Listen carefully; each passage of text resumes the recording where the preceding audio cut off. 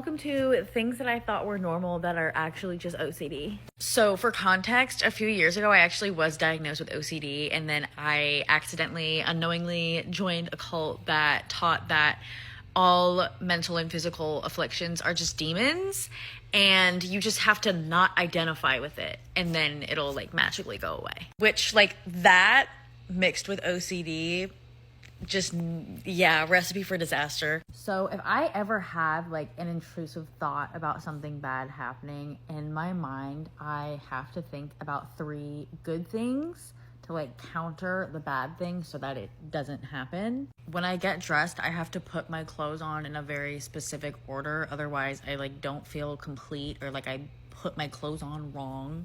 When it comes to like my shower routine or my self-care routine, there's a very specific way and a very specific order that I have to do it in. Otherwise, it doesn't feel right.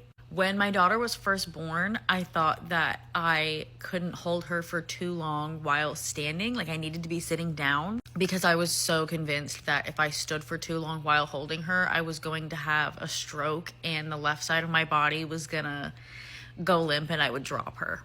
Also, piggybacking off of that, when she was first born and she was sleeping in her little bedside bassinet, I had to sleep with my body facing her because I thought that if I faced away from her, she would in her sleep. So when I go into any bathroom at all, if there's one of those little like drain stopper things, I have to close it. Otherwise, I am like 100% convinced that cockroaches are gonna crawl up through the drain. I could literally make this a whole series because there's so many. But yeah, I was completely convinced that these were like okay and normal thoughts to have that just like everyone has, because I was convinced for over a year that I had just been like magically cured of my OCD and no longer needed to seek treatment for it. And I'm on meds now and seeking treatment, so